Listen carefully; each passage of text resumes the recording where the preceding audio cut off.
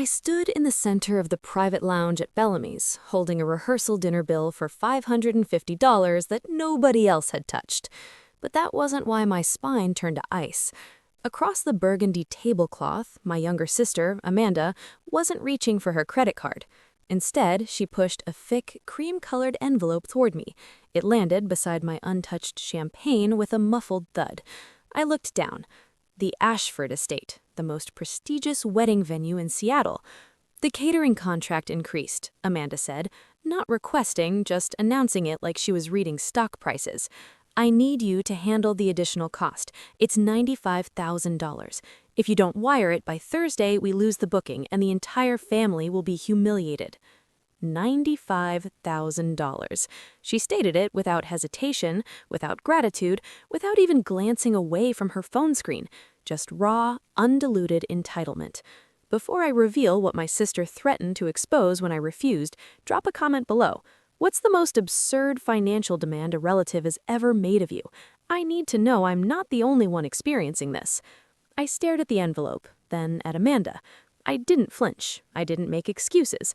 I simply reached into my bag, grabbed my wallet, and closed it decisively. No. The words settled in the air like frost. Cold. Final. Unmovable. For a moment, the ambient sounds of the restaurant, crystal clinking, hushed conversations, soft classical music, seemed to evaporate completely.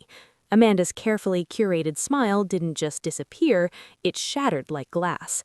Her expression hardened, transforming instantly from adoring sister to trapped predator. "What did you just say?" she hissed, her voice strained. "We already secured the venue orchestra for Ashford Estate. Brandon informed his parents everything was finalized." "Then Brandon should cover it," I said, lifting my water glass. "Or perhaps you should. But I'm not bankrolling a $95,000 vanity project because you two refuse to face financial reality." Amanda released a short, caustic laugh. It was a sound I recognized intimately. It was the sound of rage barely contained. "This isn't about reality, Victoria. This is about unexpected circumstances. Brandon encountered a minor complication with the groomsmen vacation budget. He exceeded expectations slightly." "Exceeded expectations?" I echoed. "He gambled away the catering deposit at a poker tournament in Atlantic City, didn't he?" She didn't contradict me. She simply leaned forward, her knuckles turning bone white as she clutched the table edge. "It's irrelevant where the funds went. What's relevant is that you possess them and we require them. You're the celebrated success, correct? Victoria, 34 years old, the forensic accountant who hunts down financial criminals for federal agencies. You generate this kind of income in a matter of weeks. Don't act like this represents genuine hardship for you." There it was, the resume she loved to brandish in my face, but weaponized as justification. I was a forensic accountant. I tracked money laundering for the FBI and testified in federal fraud trials. My profession was precision and evidence. Amanda understood that perfectly, and she knew exactly where my vulnerabilities were. "My salary isn't relevant," I stated, my voice descending to a tone that was controlled, professional, and arctic. "The relevant factor is that you perceive me as a functioning ATM machine. I'm not authorizing a transfer, Amanda. Not today. Not under any circumstances." I rose from my seat. I straightened my napkin on the table, collected my coat, and pivoted toward the exit. "If you walk through that door," Amanda whispered, her voice venomous and low, "I'm going to tell everyone about Uncle David's embezzlement." I stopped moving. My hand froze above my bag. Uncle David's corporate embezzlement had been concealed 4 years ago when he'd stolen $800,000 from his investment firm. It had destroyed his career and nearly resulted in criminal prosecution. Everyone knew something had happened, but nobody understood how the evidence disappeared. "I'll tell them you destroyed the records," Amanda continued, smug satisfaction saturating her tone. "I'll tell the state licensing board. I'll tell the FBI. And most critically, I'll tell your federal clients. How many government agencies are going to trust a forensic accountant who helped her uncle cover up financial crimes?" I turned back gradually. I examined my sister, truly examined her. I observed the desperation concealed beneath the expensive cosmetics, the malice she displayed as naturally as her diamond earrings. In my profession, you develop the ability to evaluate threats instantaneously. You assess the leverage, calculate potential damage, and determine whether to negotiate or terminate the relationship entirely. I didn't experience fear. I didn't experience grief. I experienced the crystalline, razor-sharp awareness of a connection about to be severed permanently. "You genuinely want to initiate this conflict?" I asked quietly. "I want my wedding," she responded, sweet and lethal. "Wire the funds, Victoria, or I obliterate everything you've constructed." I didn't utter another syllable. I didn't wire the funds. I turned away from her and exited the private lounge, leaving her with the unpaid bill and her fantasies. I believed the confrontation had concluded. I was catastrophically mistaken. The actual war had just been declared. I didn't reach the street. I didn't even make it beyond the lobby fountain. They were positioned there, waiting near the marble columns like sentries guarding a fortress. My parents, Helen and Robert, they weren't dining. They weren't departing. They were standing united, arms folded, displaying identical expressions of parental censure. The kind of expression you direct at a teenager who just wrecked the family vehicle. "We observed you leaving," my mother stated, intercepting my path. She extended her hand, not to embrace me, but to remove an invisible speck from my shoulder. "You're generating a spectacle, Victoria. Return inside and rectify this situation." I halted, staring at both of them. The adrenaline from the lounge was still circulating through my system, but now it was combining with something more frigid, more calculated. "Rectify it?" I repeated. "She just attempted to blackmail me. She threatened to destroy my federal career with fabrications about Uncle David's embezzlement." I anticipated shock.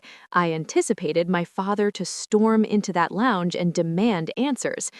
Instead, Robert simply exhaled, consulting his expensive watch. "She's experiencing pressure, Victoria. It's a wedding ceremony. Stress levels escalate.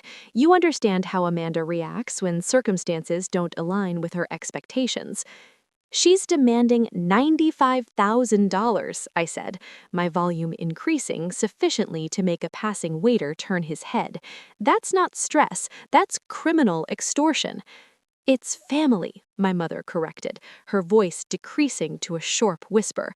"And honestly, I'm profoundly disappointed. You possess the financial capacity. We all comprehend what you earn from your federal contracts. Why are you manufacturing this unnecessary difficulty?" And there it materialized. The pattern that had structured my entire existence exposed completely in the lobby of an upscale restaurant. Suddenly, I wasn't 34. I was 23. I was transported back to graduate school, working night shifts at a security firm, analyzing fraud cases during meal breaks, surviving on energy drinks and frozen meals just to afford the certification exams my scholarship didn't finance. I remembered the perpetual exhaustion and the gnawing hunger.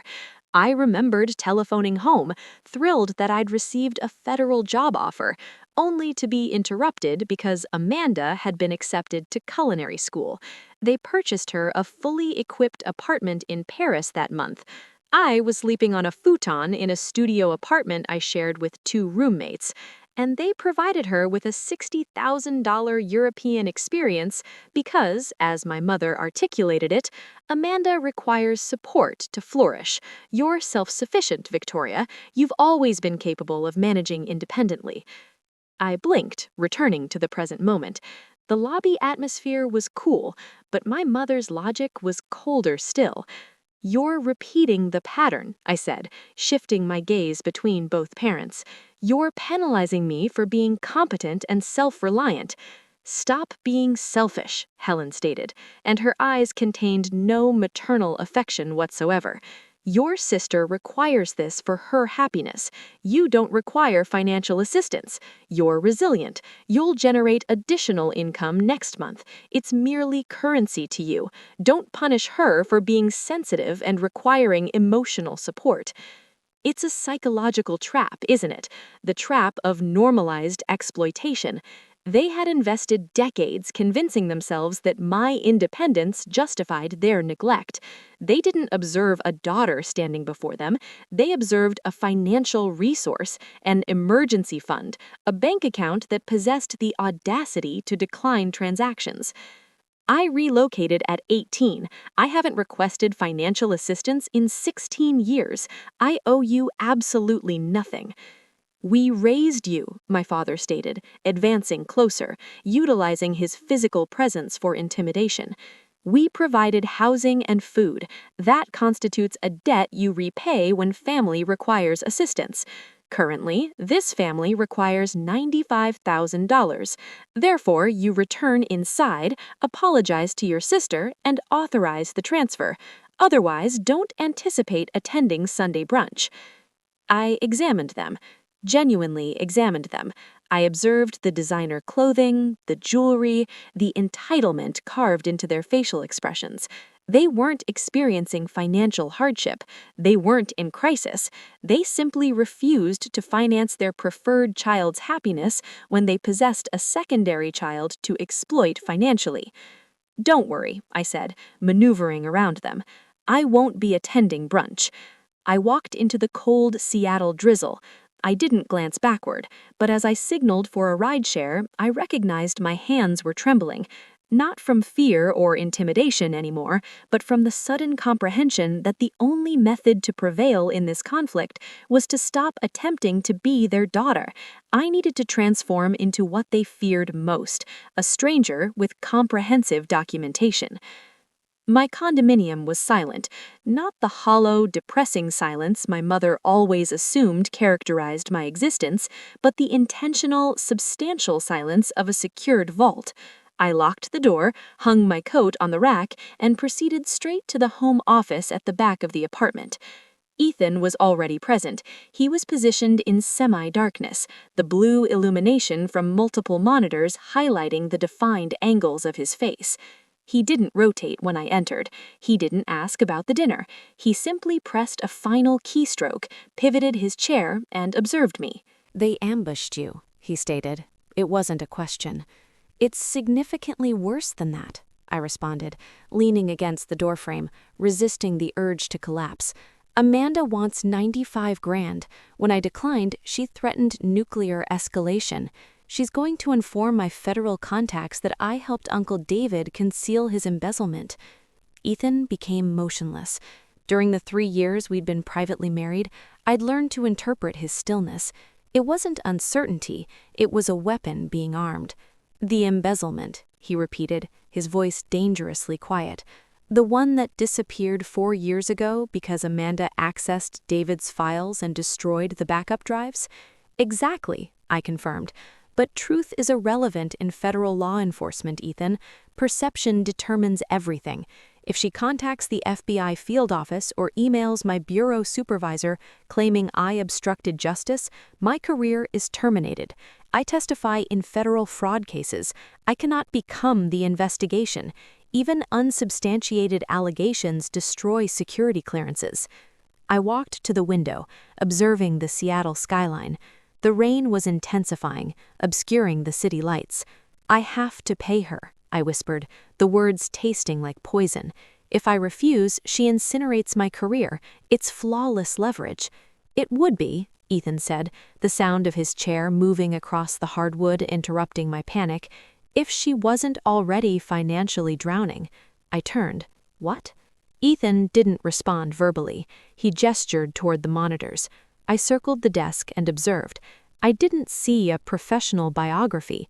I didn't see an explanation that my husband had previously tracked international cyber criminals for Interpol before establishing a private security firm. I simply observed the results. The screen displayed cascading data, social media analytics, financial metadata, location tracking, expenditure patterns, encrypted communication logs. It was a complete digital forensic analysis of my sister's existence. "I've been monitoring their digital footprint since they announced the engagement," Ethan said, his fingers moving rapidly across the keyboard.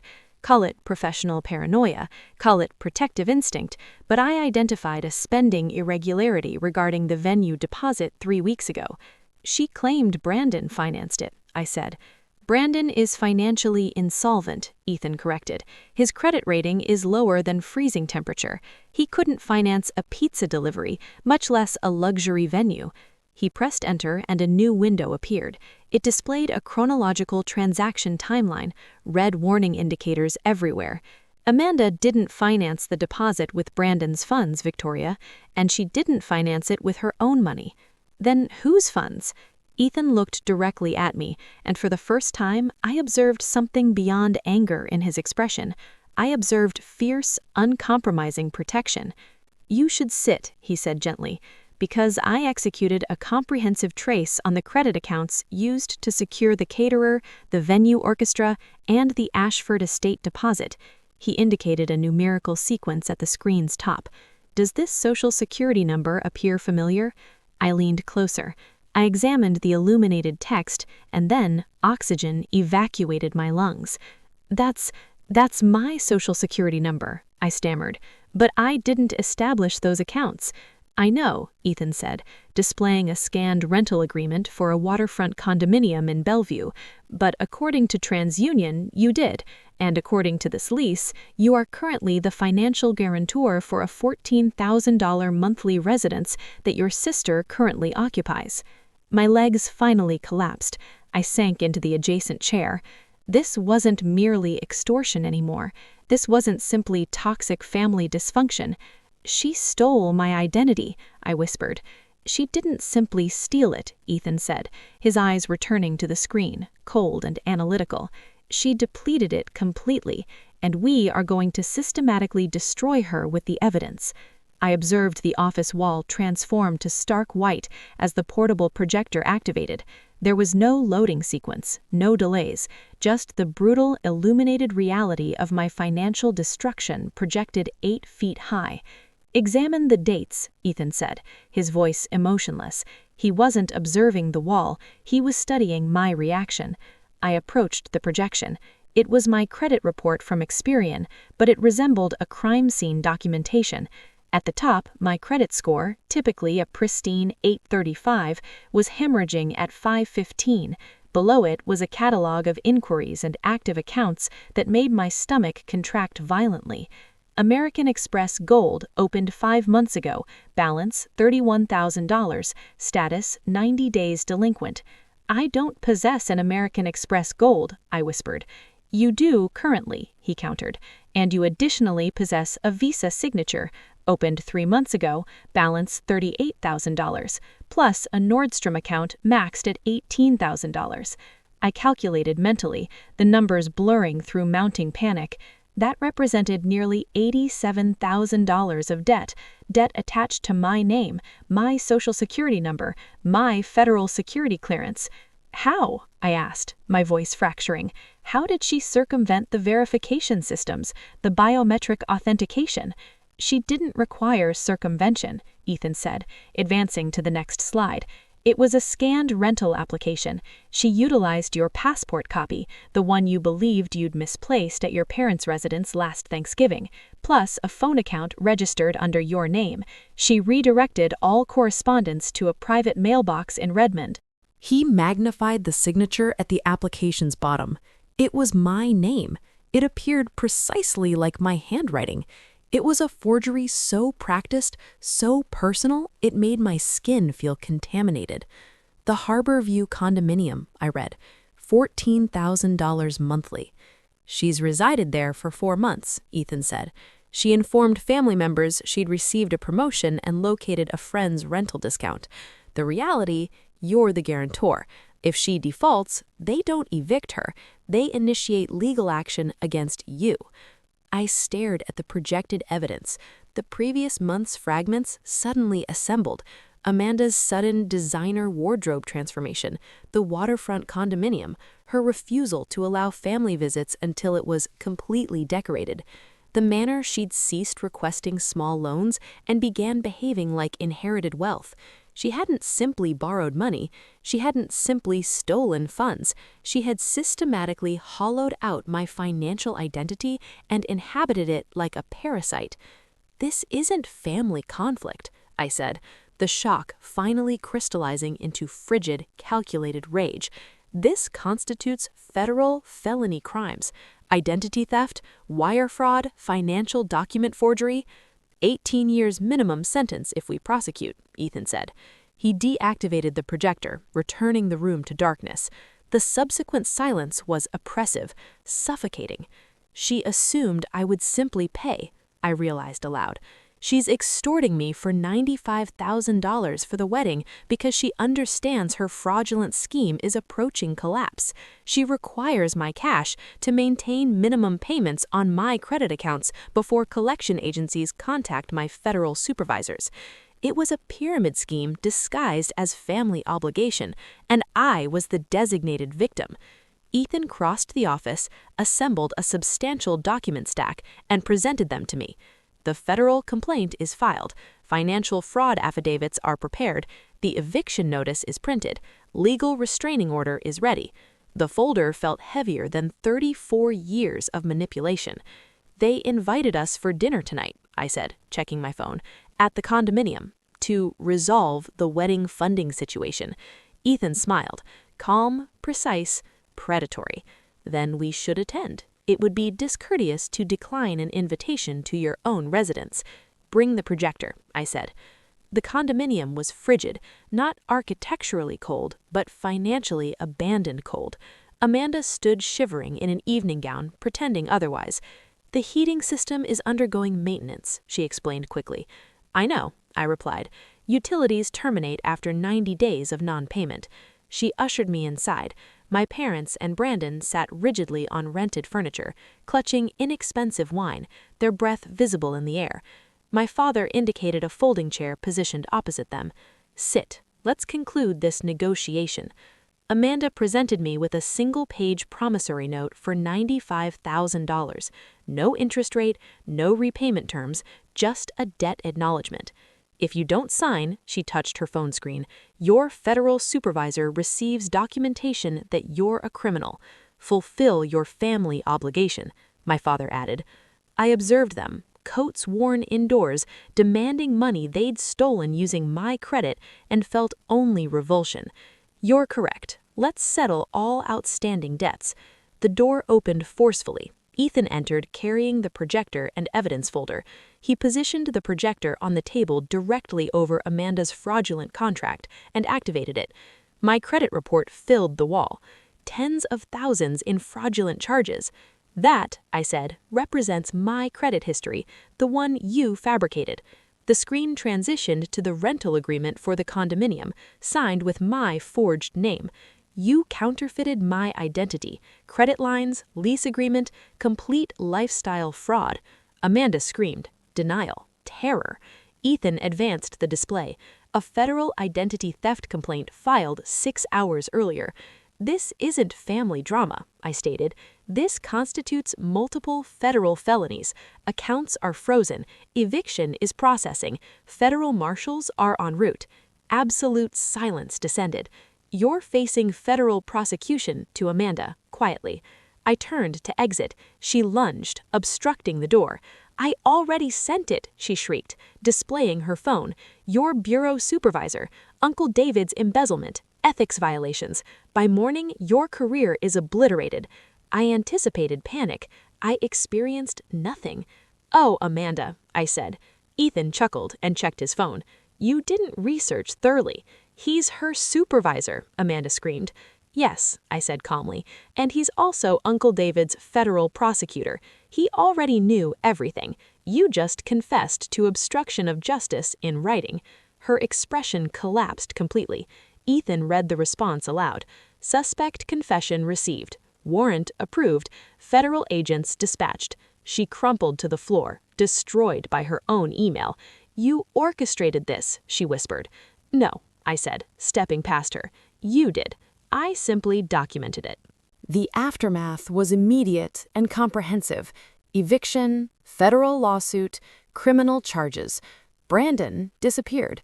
Amanda was remanded to my parents' house pending trial. 3 weeks later, I sat in my actual home, warm, secure, mortgage fully satisfied. A legal document rested in my hands. Official name change decree. Victoria Hartley, the guarantor, the emergency fund, the victim, was gone. I selected my own name. I accessed my contacts, selected family category, deleted every entry. Ethan looked up. Completed? Completed. They wanted a luxury wedding, a waterfront condominium, a bailout. They received exactly what they earned. Consequences, not charity. Justice, not family. Victory.